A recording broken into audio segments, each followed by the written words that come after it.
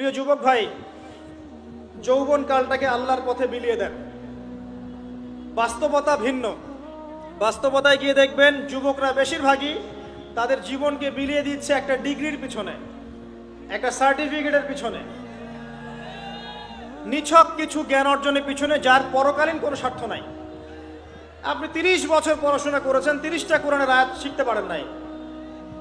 এটা বাস্তবতা, এটা ফ্যাক্ট।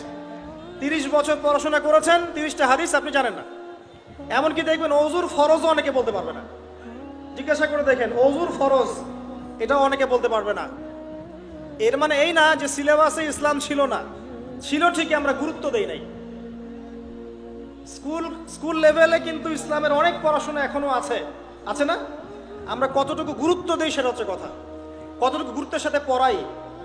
আমরা তো পরীক্ষায় পাশের জন্য পড়ি, আর সবার তো মাদ্রাসায় পড়ার সৌভাগ্য হবে না। তাহলে আপনি কি করবেন? আপনার জন্য সবচেয়ে সেরা একটা মাধ্যম হচ্ছে আপনি আলেম ওলামার সোহবতে গিয়ে পড়ে থাকেন। বড় বড় যে রিনাউন্ড ওলামায়ে কেরাম আছেন তাদের কাছে গিয়ে কোরআন পড়া শেখেন, হাদিসের ইবারত পড়া শেখেন, আরবি ভাষাটা শেখেন। কোরআন হাদিস টুকটাক বুঝতে পারছেন, এরপরও যেটা পারবেন না তাদেরকে জিজ্ঞাসা করবেন, সলিউশন নেবেন, সিম্পল। আর পড়াশোনা করেই মানুষ সব কিছু শেখে না, আলেমকে দেখে শিখতে হয়, সোহবতে গিয়ে শিখতে হয়। আল্লাহ পাক বোঝার তৌফিক দান করুন, আমিন। প্রিয় ভাই, বাস্তবতা ভিন্ন। বাস্তবতা হচ্ছে আমরা ডিগ্রির পিছনে, সার্টিফিকেটের পিছনে সময় নষ্ট করছি। একটা চাকরির জন্য সারা জীবন ঢেলে দিচ্ছি, মনে করছি রিজিকের মালিক আমি নিজেই, হালাল হারামের কোনো পরোয়া করছি না। একটা হারাম জবকে পাওয়ার জন্য দিন রাত উজাড় করে দিচ্ছি। বাস্তবতা হচ্ছে এই যে সারাটা জীবন আমরা আল্লাহর পথে বিলিয়ে দিচ্ছি না, অনেকে গার্লফ্রেন্ডের পিছনেও বিলিয়ে দিচ্ছি। একটা দুইটা দিয়ে পোষাচ্ছে না, এখন 10টা 20টা করে গার্লফ্রেন্ড লাগে। খেয়াল করে দেখবেন, ফ্রি মিক্সিং, ছোটবেলা থেকে ফ্রি মিক্সিং আপনার স্কুল থেকে শুরু হয়ে যায়, কলেজ, ইউনিভার্সিটি, এমনকি চাকরি ক্ষেত্র, জব সেক্টর, প্রতিটা সেক্টরই থাকে। এক পর্যায়ে দেখা যায় হারাম রিলেশনে জড়িয়ে যায়। তারপরে যদি ব্যর্থ হয় প্রেমে, তাহলে হয়ে যাবে মাদকের কাছে, না হলে সঙ্গীতের কাছে, না হলে গুন্ডামি মাস্তানির কাছে, কিছু একটার কাছে গিয়ে সে প্রশান্তি খুঁজতে চাবে। কিন্তু সে বুঝতে পারছে না যে প্রশান্তি আসলে দুইটা জিনিসের মধ্যে আছে। এক, আল্লাহর আনুগত্য, দুই, তার রাসূলের সুন্নাহ। সহজ কথায় প্রশান্তি দুইটা বিষয় পাবেন। এক, 5 ওয়াক্ত নামাজ পড়েন, মসজিদে প্রশান্তি পাবেন। দুই, নিয়মিত এক পারা করে কোরআন তেলাওয়াত করেন, প্রশান্তি পাবেন। আপনি গান শুনছেন, গান এটা আপনাকে সাময়িক বিমোহিত করছে, আপনাকে প্রশান্তি দিবে না। একটা সাময়িক একটা মোহ, একটা হ্যালুসিনেশনের মতো। হাদিসে জিবরিলের মধ্যে 4টা প্রশ্ন করা হচ্ছে। কটা প্রশ্ন? 4টা। তার মধ্যে একটা প্রশ্ন হচ্ছে আখবিরনি আনিল ইহসান, হে মুহাম্মদ সাল্লাল্লাহু আলাইহি সাল্লাম আমাকে ইহসান সম্পর্কে বলুন। জিবরাইল আলাইহিস সালাম প্রশ্ন করছেন। কে প্রশ্ন করছেন? ইহসান কি? নবী সাল্লাল্লাহু আলাইহি ওয়াসাল্লাম বলছেন আনতা আবুদাল্লাহ কাআন্নাকা তারাহ, তুমি এমন ভাবে আল্লাহর ইবাদত করবে যেন তুমি আল্লাহকে দেখতে পাচ্ছ। ওয়া ইল্লাম তাকুন তারাহু ফাইন্নাহু ইয়ারাক, তুমি যদি আল্লাহকে দেখতে নাও পারো জেনে রাখবে যে আল্লাহ পাক তোমাকে দেখছেন। এই ফিলিংসটা মানুষের মধ্যে থাকলে কি মানুষ পাপগুলো কন্টিনিউয়াসলি করতে পারে? যদি পাপ হয়েও যায় সেটা তওবা করে ফিরে আসবে, তাই নয় কি? আচ্ছা, এখন দেখুন কি করতে হবে। এক নাম্বার বলছি যে অন্তরটাকে পরিচ্ছন্ন করতে হবে। পরিচ্ছন্ন করার জন্য প্রথম কাজ কি? প্রথম কাজ হচ্ছে 5 ওয়াক্ত নামাজকে আঁকড়ে ধরা। কি করা? 5 ওয়াক্ত নামাজকে আঁকড়ে ধরা। যদি আপনি জামাত মিসও করে ফেলেন, বাসায় পড়ে ফেলবেন, নামাজ বাদ দেওয়া যাবে না। মানে জামাত মিস করে ফেলেছি জন্য নামাজ বাদ, এমন নয়। জামাত মিস হয়ে গেছে, আচ্ছা হয়ে গেছে, ঘুমিয়েছিলেন বা মনে ছিল না বা ব্যস্ত ছিলেন, কথার কথা, যখনই সময় পেয়েছেন, মনে পড়েছে, ঘুম থেকে উঠেছেন, নামাজ পড়তে হবে, একাই পড়তে হবে। বাদ দিবেন আজকে থেকে? বরং আমরা চেষ্টা করব ইনশাআল্লাহ জীবনে যে নামাজগুলো কাজা হয়ে গেছে সেগুলো যেন হিসেব করে আদায় করে দেয়া সম্ভব হয়, এটাও চেষ্টা করা উচিত। আল্লাহ পাক তৌফিক দান করুন। এক নম্বর নসিহত, নামাজ ছাড়া যাবে না। কারণ একটা হাদিস যথেষ্ট। নবী সাল্লাল্লাহু আলাইহি ওয়াসাল্লাম বলেছেন যে মান তারাকা সালাতান মুতাআম্মিদান ফাকাদ কাফারা, যে ব্যক্তি ইচ্ছাকৃতভাবে নামাজকে ছেড়ে দিল সে ব্যক্তি যেন কুফরি করলো। কি করলো? কুফরি করলো। মুয়াজ বিন জাবাল রাদিয়াল্লাহু আনহুর হাদিসে এসেছে নবী সাল্লাল্লাহু আলাইহি ওয়াসাল্লাম বলেছেন মান তারাকা সালাতান মুতাআম্মিদান ফাকাদ বারিআত মিন জিম্মাতিল্লাহ, যে ব্যক্তি ইচ্ছাকৃতভাবে তার উপর অর্পিত ফরজ নামাজ ত্যাগ করলো, সে ব্যক্তি আল্লাহ পাকের জিম্মেদারি থেকে মুক্ত হয়ে গেল, তার উপর আল্লাহর কোনো জিম্মেদারি নাই। প্রথম নসিহত, যদি অন্তর পরিচ্ছন্ন করতে চাই, নামাজ। মনে থাকবে ইনশাআল্লাহ। আল্লাহ আমাকে তৌফিক দান করুন, আপনাদের সবাইকে তৌফিক দান করুন। 2 নম্বর, বেশি বেশি কোরআন তেলাওয়াত। বেশি বেশি কি? কোরআন তেলাওয়াত। কোরআন তেলাওয়াতের কোনো বিকল্প নেই, কিছু শিখেন। 1 নম্বর সূরা ফাতিহা, 2 নম্বর সূরা ফালাক, নাস, ইখলাস 3 বার করে সকাল সন্ধ্যা। সূরা ফালাক, নাস, ইখলাস, কুল হুয়াল্লাহু আহাদ, কুল আউযু বিরাব্বিল ফালাক এবং কুল আউযু বিরাব্বিন নাস 3 বার। সূরাতুল কাফিরুন ঘুমানোর আগে 1 বার। সূরা হাশরের শেষ 3 আয়াত, সূরা বাকারার শেষের 3 আয়াত, ঠিক আছে? তারপরে সূরা মুমিনুনের কিছু আয়াত, আয়াতুল কুরসি, সূরা আলে ইমরানের শেষের 10 আয়াত, সম্ভব হলে সূরা মুলক, প্রত্যেক জুমায় সূরাতুল কাহফ, অথবা আপনি চাইলে এই যে মানুষ অনেকে ঝাড়ফুঁকের সমস্যা হয় না, বদনজর লাগা, ঝাড়ফুঁক, কুফরি কালাম, সেসব ক্ষেত্রে আপনি সূরা জিনের প্রথম 10 আয়াত, সূরা সফফাতের প্রথম 10 আয়াত, সূরা ইয়াসিন, সূরা কাহফের প্রথম 10 শেষ 10, এগুলোর উপর আমল করতে পারেন। ইনশাআল্লাহ দেখবেন আপনার জীবনে বরকত আসবে। আপনি চোখ লাগা, বদনজর, এই যে হিংসুকের হিংসা, চোখ লাগা, বদনজর, কুফরি, তাবিজ, কালাম, এগুলো থেকে বেঁচে থাকবেন ইনশাআল্লাহ। আল্লাহ পাক আপনার পরিবারকে আপনাকে বাঁচাবে ইনশাআল্লাহ কোরআনের বদৌলতে। এবং এগুলো যদি মুখস্থ করে ফেলতে পারেন এবং নিয়মিত মাঝে মাঝে নামাজে পড়েন, এমনি তেলাওয়াত করেন, ইনশাআল্লাহ তাআলা কোরআন আপনার জীবনে প্রোটেকশন নিয়ে আসবে, আল্লাহর রহমত বরকত নিয়ে আসবে ইনশাআল্লাহ। এবং কোরআনের মধ্যেই কি আছে? শেফা, আরোগ্য আছে। ওয়া নুনাজ্জিলু মিনাল কোরআন মা হুয়া শিফাউ ওয়া রাহমাতুল লিল মুমিনিন। আল্লাহ পাক বলছেন, আমি কোরআন নাজিল করেছি, এর মধ্যেই মুমিনদের জন্য শিফা আছে, শিফা, আরোগ্য আছে, এবং আল্লাহর রহমত, দয়া আছে। আমরা আরোগ্য চাই না? আল্লাহর দয়া চাই না? আর এই আরোগ্য শুধু দৈহিক রোগের আরোগ্য নয়, কলবের রোগের আরোগ্য। তো কোরআন তেলাওয়াতকে বাড়িয়ে দেওয়ার চেষ্টা করেন, আল্লাহ পাক তৌফিক দান করুন। আর যদি পসিবল হয়, আল্লাহ পাক যদি আরো ফুরসত দেন, তৌফিক দেন, প্রত্যেক দিন 1 ঘন্টা করে 1 পারা কোরআন তেলাওয়াত করবেন। পারবেন ইনশাআল্লাহ? আল্লাহ আমাদের সবাইকে তৌফিক দান করুন। এরপর কি? বেশি বেশি আল্লাহর জিকির। 1 নম্বর কি বলেছি? সালাত। 2 নম্বর কোরআন তেলাওয়াত। 3 নম্বর হচ্ছে আল্লাহর জিকির। বেশি বেশি আল্লাহর জিকির। আল্লাহর জিকির মানে শুধু আল্লাহ আল্লাহ এটাকে বোঝাচ্ছি না আমি। আল্লাহর জিকির মানে আপনি সবসময় ফিল করবেন, আল্লাহকে স্মরণ করবেন যে আল্লাহ পাক আপনাকে দেখছেন, আপনি আল্লাহর ইবাদত করছেন, আল্লাহ আপনাকে দেখছেন। আপনি আল্লাহকে দেখতে না পারলেও আল্লাহ আপনাকে দেখছেন, আল্লাহ আপনার কথা শুনছেন, আল্লাহ হাজির নাজির, আপনি ফিল করবেন। জিকির মানে কি? স্মরণ করা। জিকির মানে কি? স্মরণ করা। আপনি সুবহানাল্লাহ পড়ছেন, আল্লাহর জিকির করছেন, আলহামদুলিল্লাহ আলহামদুলিল্লাহ পড়ছেন, আল্লাহু আকবার পড়ছেন, লা ইলাহা ইল্লাল্লাহ পড়ছেন, হ্যাঁ, লা হাওলা ওয়ালা কুওয়াতা ইল্লা বিল্লাহ পড়ছেন, এগুলোতে আপনি আল্লাহর জিকির করছেন, আলহামদুলিল্লাহ। এখন ব্যবসা করতে গিয়েছেন, এই যে মাপের দাড়িপাল্লা উঠালেন, এই যে মাপে কম দিচ্ছেন, এখন কি আল্লাহ আপনাকে দেখছেন না? এই যে আপনি আল্লাহকে স্মরণ করছেন যে আল্লাহ আমাকে দেখছেন, মাপে কমটা দেওয়া যাবে না, যদিও কাস্টমার বুঝতে পারছে না। এই যে আপনি আল্লাহকে স্মরণ করলেন, এটাই আল্লাহর জিকির। এটা কি? আল্লাহর জিকির। আপনি ওই যে স্কুলে গিয়েছেন বা কলেজে গিয়েছেন, এখন মাশাআল্লাহ আপনার তো বান্ধবীর অভাব নাই, কয়েকজন বান্ধবী আপনাকে ফোর্স করছে, চল ওখানে গিয়ে কফি খাই, এই করি সেই করি, আজকে ঘুরে আসি রমনা পার্ক, নাকি? তো এখন আপনি আল্লাহকে স্মরণ করছেন যে আমি আল্লাহকে দেখতে না পারলেও আল্লাহ তো আমাকে দেখছেন, না আমি তোমাদের সাথে যেতে পারবো না, এটা আমার জন্য জায়েজ নাই। এই যে আপনি আল্লাহকে স্মরণ করলেন, এটার নাম কি? আল্লাহর জিকির। সমাজের দায়িত্ব পেয়েছেন, আলহামদুলিল্লাহ, দায়িত্ব পাওয়া খারাপ কিছু নয়, এটাকে সঠিকভাবে পালন করাটাই চ্যালেঞ্জ। দায়িত্ব পাওয়া খারাপ কিছু নয়, দায়িত্বটাকে সঠিকভাবে পালন করাটা চ্যালেঞ্জ। দায়িত্ব পালন করতে গিয়ে আপনি ন্যায় বিচার করছেন, যখন দেখছেন যে এমন একটা বিচার সামনে চলে আসছে যে এখানে তো সমস্যা, এখানে ন্যায় বিচার করলে আমাকে হয়তো কিছু প্রতিবন্ধকতার শিকার হতে পারে, আর যদি অন্যায় করি তাহলে দুনিয়ার স্বার্থ আছে। এখন আপনি যদি অন্যায়টাকে বেছে নেন, আপনি আল্লাহর জিকির করেন নাই। যদি তখন আপনি ন্যায়টাকে বেছে নেন, আপনি তখনও আল্লাহর জিকির করেছেন। আল্লাহর জিকির শুধুমাত্র সুবহানাল্লাহ আলহামদুলিল্লাহ তাসবিহ তাহলিলে নয়, সমাজে চলতে ফিরতে উঠতে বসতে সবখানে আল্লাহর জিকির আছে। আল্লাহর স্মরণ, আল্লাহকে স্মরণ কর, আল্লাহ পাক তৌফিক দান করুন। আমিন।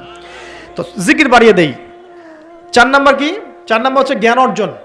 মানে বেশি বেশি কোরআন সুন্নাহর জ্ঞান অর্জন করেন, আল্লাহর নূর মারিফত পাওয়া যাবে ইনশাআল্লাহ। 5 নাম্বার একটা বলে দেই, সেটা হলো আল্লাহওয়ালা মানুষ, যারা আল্লাহওয়ালা মানুষ, আল্লাহর এবং রাসূলের কথা বলেন, যারা মুত্তাকি, পরহেজগার এবং সৎ, এইসব মানুষদের সাথে সংস্পর্শে থাকেন, আল্লাহ পাকের নূর পাওয়া যাবে ইনশাআল্লাহ। পাঁচটা কথা বললাম খালি, অনলি পাঁচটা। বলছেন বিসমিল্লাহির রহমানির রহিম, ওয়াল আসরি, সময়ের কসম, সময়ের কসম, মহাকালের কসম, ইন্নাল ইনসানা লাফি খুসর, নিঃসন্দেহে, নিঃসংকোচে, কোনো সন্দেহ নেই যে এই পুরো মানব জাতি ক্ষতির মধ্যে আছে। ইল্লাল্লাযীনা আমানু, তবে তারা নয়, তারা ব্যতীত যারা ঈমান এনেছে, ওয়া আমিলুস সলিহাত, এবং সতামল সম্পাদন করেছে, ওয়া তাওয়াসাউ বিল হাক্কি, পরস্পরকে সত্যের উপদেশ দিয়েছে, ওয়া তাওয়াসাউ বিস সাবর, এবং পরস্পরকে ধৈর্যের উপদেশ দিয়েছে। আল্লাহ রাব্বুল আলামিন বলছেন সময়ের কসম। সময়ের কসম আল্লাহ পাক কেন করলেন? তার আগে আমরা একটু জেনে নেই যে আল্লাহ পাক কি কসম করতে পারেন কিনা। উত্তর হচ্ছে হ্যাঁ, আল্লাহ রাব্বুল আলামিন তার সৃষ্টির কসম করতে পারেন, কিন্তু সৃষ্টি হিসেবে আমাদের জন্য জায়েজ নেই যে আমরা আল্লাহ ছাড়া অন্য কারো নামে কসম করব। নবী সাল্লাল্লাহু আলাইহি ওয়াসাল্লাম বলেছেন, মান হালাফা বিগাইরি ইসমিল্লাহি ফাকাদ কাফারা, কেউ যদি আল্লাহ ছাড়া অন্য কারো নামে কসম করে বা শপথ করে, সে যেন কুফরি করলো। কি করলো? আমরা যদি কসম করতেই চাই, শপথ করতেই চাই, তাহলে আল্লাহর নামেই কসম করতে হবে। আর আল্লাহর নামে কসম করলে অবশ্যই কসম পূরণ করতে হবে, শপথ পূরণ করতে হবে। যদি পূরণ না করি কাফারা দিতে হবে, কমপক্ষে 3টা রোজা রাখতে হবে। আল্লাহ পাক তার সৃষ্টির নামে কসম করে থাকেন, যেমন আল্লাহ পাক বলেছেন ওয়া তিন ফলের কসম, ওয়া জাইতুনের কসম। 3 ফল খেয়েছেন কখনো? জাইতুন ফল দেখেছেন? জাইতুনের তেল সম্পর্কেও হাদিসে আসছে এটা বরকতময় তেল। জাইতুনের তেল বরকতময়, এটাকে খেতে বলা হয়েছে, গায়ে ব্যবহার করতেও বলা হয়েছে। ওয়া তুরি সিনিন, আল্লাহ পাক তুর পাহাড়ের কসম করেছেন, সিনাই পর্বতের কসম করেছেন। ওয়া হাযাল বালাদিল আমিন, এই পবিত্র শহরের কসম বলতে আল্লাহ পাক মক্কার কসম করেছেন। এরকম প্রচুর কসম আল্লাহ পাক কোরআনে করেছেন। স্পেশালি আম্মা পারা, যেটা আমরা বলি 30তম পারা, এই পারায় প্রচুর শপথ আপনি দেখতে পারবেন। ওয়া দুহা, দ্বীপ্রহরের কসম, ওয়াল লাইল, রাতের কসম। ঠিক আছে? কোন কোন ক্ষেত্রে আল্লাহ পাক এই মহাবিশ্বের কসমও করছেন তারকার অবস্থান স্থলের। আল্লাহ পাক বলছেন ফালা উকসিমু বিমাওয়াকিইন নুজুম ওয়া ইন্নাহু লাকাসামুল লাউ তা'লামুন আযীম। সূরা ওয়াকিয়ার শেষের দিকে আল্লাহ পাক নক্ষত্রগুলোর অবস্থান স্থলেরও কসম করেছেন। কোন কোন ক্ষেত্রে আল্লাহ পাক নিজেরও কসম করেছেন, ফালা ওয়া রাব্বিক, কখনো নয় তোমার রবের শপথ করে বলছি, তোমার রবের শপথ করে বলছি, মানে আল্লাহ পাক নিজেই নিজের কসম করছেন যে ফালা ওয়া রাব্বিকা, কখনো নয় তোমার রবের কসম করে বলছি, তারা মুমিন হতে পারবে না যতক্ষণ পর্যন্ত তোমাকে হে নবী মুহাম্মদ সাল্লাল্লাহু আলাইহি ওয়াসাল্লাম তাদের মধ্যে অমীমাংসিত বিষয়ে তোমাকে ফয়সালাকারী রূপে গ্রহণ না করছে। এখানে আল্লাহ পাক নিজের কসম করছেন। তো আল্লাহ রাব্বুল আলামিন আল কোরআনে বহু কসম করেছেন, আর এটা প্রত্যেক বুদ্ধিমান শ্রোতাই বুঝে ফেলবেন। আল্লাহ পাক যখন যে বিষয়ের কসম করেন নিঃসন্দেহে সেটা সবচেয়ে গুরুত্বপূর্ণ বিষয় হবে, তাই নয় কি? আল্লাহ পাক এখানে সময়ের কসম করছেন, মানে সময়টা আমাদের জীবনে খুবই ইম্পর্ট্যান্ট একটা জিনিস। সত্যি কথা বলতে আমাদের লাইফের সবচেয়ে ইম্পর্ট্যান্ট জিনিস হচ্ছে কি? টাইম বা সময়। আমরা যখন মায়ের গর্ভে ছিলাম এবং আমাদের বয়স ছিল 4 মাস 10 দিন, তখন আল্লাহর পক্ষ থেকে একজন ফেরেশতা এসেছিলেন, এসে মায়ের গর্ভে রূহটাকে ফুঁকে দিয়েছেন এবং 4টা বিষয় লিখে দিয়েছেন। 1 নাম্বার, এই গর্ভের সন্তানের হায়াত কতটুকু হবে। 2 নাম্বার, তার রিজিক কি কি হবে। 3 নাম্বার, সে সৌভাগ্যবান হবে না দুর্ভাগ্যবান হবে। 4 নাম্বার, সে দুনিয়াতে কি কি আমল করবে। এই 4টা বিষয় লিখে দেওয়া হয়েছে। এর মধ্যে সবচেয়ে ইম্পর্টেন্ট বিষয় হচ্ছে হায়াত, সময়, সে কতদিন বাঁচবে। হায়াতের মধ্যে বরকত হয়, কিন্তু আল্লাহ পাকের নির্ধারিত হায়াত কিন্তু বাড়েও না কমেও না। আল্লাহ পাক যে সময় নির্ধারণ করেছেন এই সময়টুকুই আমাদের দুনিয়ার হায়াত।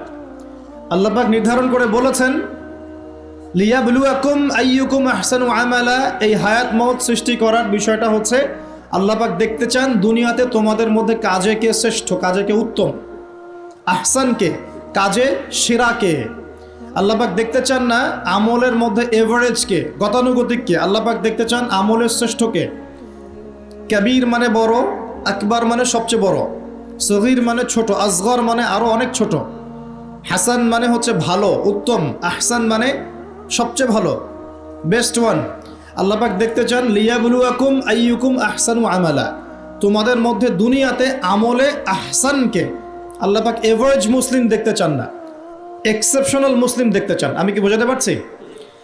এই জন্য আল্লাহ পাক হায়াত ও মৌত সৃষ্টি করেছেন এবং দুনিয়ার জীবনটা আমাদেরকে উপহার দিয়েছেন। আরেকটা উদ্দেশ্য হচ্ছে আল্লাহ পাক দেখতে চান এই কারাগারের জীবনে আমলের শ্রেষ্ঠকে এবং কে আল্লাহ পাকের বিধানগুলো মেনে চলে, এবং কারা কারা আল্লাহ পাকের জমিনের মধ্যে তার খেলাফতের দায়িত্ব পালন করে। আমরা কিন্তু আল্লাহর খলিফা। আমরা কি আল্লাহর খলিফা? আমাদের পিতাকে আল্লাহ পাক সৃষ্টি করেছিলেন পৃথিবীতে আল্লাহর খলিফা হিসেবে। আল্লাহর খলিফার কাজ কি? শুধু ইবাদত করাই খলিফার কাজ নয়। আল্লাহর খলিফার কাজ হচ্ছে আল্লাহ পাকের জমিনের মধ্যে ন্যায় বিচার প্রতিষ্ঠা করা, আল্লাহর বিধান প্রতিষ্ঠা করা। এটা আল্লাহর খলিফার কাজ। যদি পৃথিবীতে আমরা আল্লাহ পাকের বিধান প্রতিষ্ঠা না করে শয়তানের বিধান প্রতিষ্ঠা করি, তাহলে আমরা আল্লাহর খলিফা থাকবো না, শয়তানের খলিফা হয়ে যাব। আমি কি বোঝাতে পারছি? আল্লাহ পাক দুনিয়ার এই কারাগারের জীবনটাতে আমাদেরকে নির্ধারিত সময় দিয়েছেন, ওয়াল আসরির সময়ের কসম। আরেকটা অর্থ এখান থেকে নেওয়া যায়, সেটা হলো আল্লাহ পাক সময়ের কসম করে আমাদেরকে মূলত অতীতকালের দিকে তাকাতে বলছেন। কোন দিকে? অতীতের দিকে। কোরআন খুললে আপনি দেখবেন, আমার সামনে যে কিতাব আছে আল্লাহ পাকের কিতাব আল কোরআনুল কারীম, এই কোরআনুল কারীমকে আপনি 3টা ভাগে ভাগ করতে পারবেন। একটা অংশে গিয়ে দেখবেন এখানে আছে হুকুম আহকাম, কি করা যাবে কি করা যাবে না, কি করতে হবে কি করতে হবে না। দ্বিতীয় অংশে গিয়ে আপনি পাবেন আল্লাহ রাব্বুল আলামিনের তাওহীদ, তাওহীদ, রিসালাত, আখিরাত, এই বিষয়টা পাবেন। আল্লাহ এক, মুহাম্মদ সাল্লাল্লাহু আলাইহি ওয়াসাল্লাম শেষ নবী, এবং আখিরাত, এর পরের জীবন, এর ধাপগুলো, হিসাব নিকেশ, জান্নাত জাহান্নাম, এগুলো পাবেন। আরেকটা অংশে গিয়ে আপনি পাবেন ইতিহাস। কি পাবেন? ইতিহাস, পূর্ববর্তী নবীগণের ইতিকথা পাবেন। একদম আদম আলাইহিস সালাম থেকে শুরু করে শেষ নবী মুহাম্মদ সাল্লাল্লাহু আলাইহি ওয়াসাল্লাম পর্যন্ত পুরো হিস্ট্রি আপনি কোরআনে পাবেন ইনশাআল্লাহ। আল্লাহ পাক ওয়াল আসরি বলে আমাদেরকে একটু পিছনের দিকে তাকাতে বলছেন, একটা জিনিস লক্ষ্য করতে বলছেন। সেই জিনিসটা কি? সেই জিনিসটা হচ্ছে আল্লাহ পাক লক্ষ্য করতে বলছেন যে আদম আলাইহিস সালাম থেকে শুরু করে শেষ নবী পর্যন্ত, বলেন মুহাম্মদ রাসূলুল্লাহ সাল্লাল্লাহু আলাইহি ওয়াসাল্লাম পর্যন্ত আল্লাহ পাকের একটা কমন সুন্নত দেখা যাচ্ছে। কমন সুন্নত, সাধারণ সুন্নত। কি সুন্নত? প্রত্যেক যুগে যুগেই যারা আল্লাহ পাকের বিধান মেনেছে, তার নবীর আনুগত্য করেছে, আল্লাহ পাক সেই মুমিন মুসলিম বান্দাদেরকে দুনিয়াতেও নাজাত দিয়েছেন, পরকালেও জান্নাত দিয়েছেন। ঠিক আছে কথা? আচ্ছা, আরেকটা সুন্নত হচ্ছে প্রত্যেক যুগে যুগে আদম থেকে নিয়ে শুরু করে মুহাম্মদ সাল্লাল্লাহু আলাইহি ওয়াসাল্লাম পর্যন্ত প্রত্যেক যুগে যুগেই যে বা যারাই আল্লাহর কথা শোনে নাই, আল্লাহর বিধান মানে নাই, তার নবীর আনুগত্য করে নাই, আল্লাহ পাক দুনিয়াতেও ধ্বংস করেছেন, আখিরাতেও ধ্বংস করেছেন। এই সুন্নতটা ইতিহাসে একদম কমন। আমি এক্সাম্পল দিয়ে বোঝাচ্ছি। নূহ আলাইহিস সালামের যুগে চলে যান, একটু খেয়াল করে দেখেন 950 বছর দাওয়াত দেওয়ার পরে মাত্র 40টা বা 80টা পরিবার ইসলাম কবুল করেছে। আল্লাহ পাক এই সারা দুনিয়ায় সেই 80টা পরিবারকেই বাঁচিয়ে রাখলেন, নিষ্কৃতি দিলেন, উদ্ধার করলেন, বাকি সবাইকে ডুবিয়ে মেরে দিলেন। আল্লাহর সুন্নত। আল্লাহ পাকের কিছুই পরোয়া নাই। পরোয়া আছে? আচ্ছা, তারও একটু আগে যান, আদম আলাইহিস সালামের 2 ছেলে হাবিল এবং কাবিল, মনে আছে? কাবিলের কুরবানি কবুল হয় না, হাবিলেরটা কবুল হয়। তো এখানে হিংসা, এখানে কি হিংসা, পরশ্রী কাতরতা। তারটা কেন কবুল হয়, আমারটা কেন হয় না? এই হিংসার বশবর্তী হয়ে এক পর্যায়ে কাবিল হাবিলকে হত্যাই করে ফেলল, এবং সেই হত্যাকাণ্ডের সাক্ষী ছিল একটা পাখি, তার নাম কি? কাক। কাক, হ্যাঁ। বিষয়টা হচ্ছে যে কাক সাক্ষী যে আদম আলাইহিস সালাম এর 2 সন্তান, এক সন্তানকে হত্যা করার পর আরেক সন্তান মাথায় হাত দিয়ে বসে আছে। কিভাবে তার ভাইকে দাফন করবে এই জ্ঞান তার কাছে নাই। আল্লাহ পাক কাককে পাঠালেন, সে মাটি খুঁড়ে দেখালো কিভাবে দাফন করতে হয়। তার মানে শিক্ষা আমাদের চারপাশেই আছে। শিক্ষা গ্রহণ করার জন্য সবসময় টেক্সট বুকের প্রয়োজন হয় না। শিক্ষা গ্রহণ করার জন্যে সবসময় টেক্সট বুকের প্রয়োজন হয় না। এই ডারউইনের মতবাদের প্রয়োজন হয় না। শিক্ষা গ্রহণ করার জন্যে একটু দূরদর্শিতাই যথেষ্ট। বহু মানুষ এই পৃথিবীতে বেঁচে আছেন যাদের অক্ষর জ্ঞান নাই, লিটারাল জ্ঞান নাই, কিন্তু তারা অনেক বেশি অভিজ্ঞতা সম্পন্ন আছেন না? আচ্ছা, এমনকি আমাদের প্রিয় নবী মুহাম্মদ রাসূলুল্লাহ সাল্লাল্লাহু আলাইহি ওয়াসাল্লাম কিন্তু এই আক্ষরিক জ্ঞান, আলিফ বা তা সা, এগুলো লিখতে পড়তে জানতেন না। এটা কি আপনারা জানেন? আল্লাহ পাক তাকেই শেষ নবী করেছেন এবং আমরা তাকে বলি তিনি উম্মি। উম্মি মানে হচ্ছে অক্ষর জ্ঞানহীন। কিন্তু এই পৃথিবীর সবচাইতে জ্ঞানী মানুষ, ইতিহাসের শুরু থেকে শেষ পর্যন্ত সবচাইতে জ্ঞানী মানুষ হচ্ছেন মুহাম্মদুর রাসূলুল্লাহ সাল্লাল্লাহু আলাইহি ওয়াসাল্লাম। অক্ষর জ্ঞানী সব কিছু নয়। সিগনেচার করতে পারলেই এই আপনার একটা জাতি জ্ঞানী হয় না। সাক্ষরতার হার বাড়লেই একটা জাতি জ্ঞানী হয় না।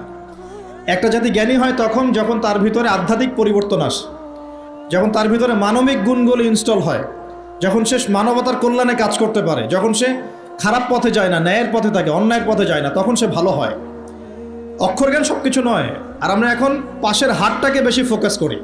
কত পার্সেন্ট পাশের হার, কত পার্সেন্ট শিক্ষিত, এটা বড় কথা নয়, কত পার্সেন্ট পাশের হার। পাশের হার সব কিছু নয়। একটা দেশ আছে এখনো পৃথিবীতে, তার নাম ভুটান। কি নাম? বলা হয় যে পৃথিবীর সবচেয়ে সুখী দেশগুলোর মধ্যে একটা হচ্ছে ভুটান। তারা কীরকম জানেন? কৃষিকাজ করে, হ্যাঁ কৃষিকাজ করে, দিন আনে দিন খায়, চাষাবাদ করে, ফসল ফলায়, যে ফসল খাওয়া দাওয়া করার পরে যেটা বেঁচে যায় সেটা এক্সপোর্ট করে। কেউ কারোর সাথে হানাহানিতে যায় না। হ্যাঁ, ছোট ছোট ছোট পরিবারে বিভক্ত, গোত্রীয়, সেখানে গোত্রীয় বিভাগ আছে, কিছু পলিটিশিয়ানরাও আছেন, কিন্তু কারোর সাথে কোনো হানাহানি কাটাকাটি এইসবে নাই তারা। পৃথিবীর সবচেয়ে সুখী দেশগুলোর তালিকায় ভুটানকে বলা হয় একটা দেশ। দেখুন এখানে যেটা বলতে যাচ্ছিলাম যে শিক্ষা নিলেন কাবিল কার কাছ থেকে? কাকের কাছ থেকে। এখানে একটা হাদিস মনে পড়ে যায়, শেয়ার করি। নবী সাল্লাল্লাহু আলাইহি ওয়াসাল্লাম বলেছেন, এই পৃথিবীতে প্রথম হত্যাকাণ্ড সংগঠিত করেছিল কাবিল। এই জন্যই এই পৃথিবীতে যত মানুষকে অন্যায়ভাবে হত্যা করা হবে, বিনা কারণে অন্যায়ভাবে হত্যা করা হবে, এই সমস্ত খুনের যে পাপ, এই পাপের একটা অংশ কাবিলের আমল নামায় যুক্ত করা হবে। বলি নাউজুবিল্লাহ। সদকায়ে জারিয়া যেমন আছে, আরেকটা টার্ম আছে, সেটা হলো গোনাহে জারিয়া। এটা কি? একটা মাদক দ্রব্যের বার খুলেছেন, আপনি মারা যাওয়ার পরেও যদি মানুষ মাদক খেতে থাকে, কবরে শুয়ে শুয়ে গোনা পাবেন ইনশাআল্লাহ। একটা গান গেয়েছেন যেখানে আজে বাজে মিউজিক আছে, বা আজে বাজে শিরকি কথা আছে, কুফরি কথা আছে, মানুষকে আপনার আল্লাহ থেকে দূরে সরাচ্ছে। যত মানুষ সেই গান গাবে এবং শুনবে, আপনার মৃত্যুর পরেও কবরে শুয়ে শুয়ে সেই গোনা পাবেন ইনশাআল্লাহ। একজন মানুষ সিনেমা হল করেছে এবং সেখানে নগ্ন ছবি প্রদর্শন করা হয়। আর এখনকার বেশিরভাগ সিনেমাতেই নগ্ন ছবি দেখানো হয়, কারণ এখন অনলাইনে ঢুকলেই মনে হয় এই জগৎ সমান সমান যৌনতা, মানে এই পৃথিবীটাই মানে যৌনতা, সবখানেই যৌনতা। এমনকি একটা স্যান্ডো গেঞ্জি কিনতে যাবেন, সেখানেও দেখবেন একটা নগ্ন মেয়ের ছবি দিয়ে রেখে দিয়েছে, মানে সব যৌনতা। তো এই যে সিনেমা হলটা করেছেন, যত মানুষ এখানে সিনেমা দেখবে, যদি আপনি মারাও যান, যত মানুষ সিনেমা দেখতে থাকবে, এই গোনার একটা অংশ আপনার কবরে অটোমেটিক ট্রান্সফার হতে থাকবে ইনশাআল্লাহ।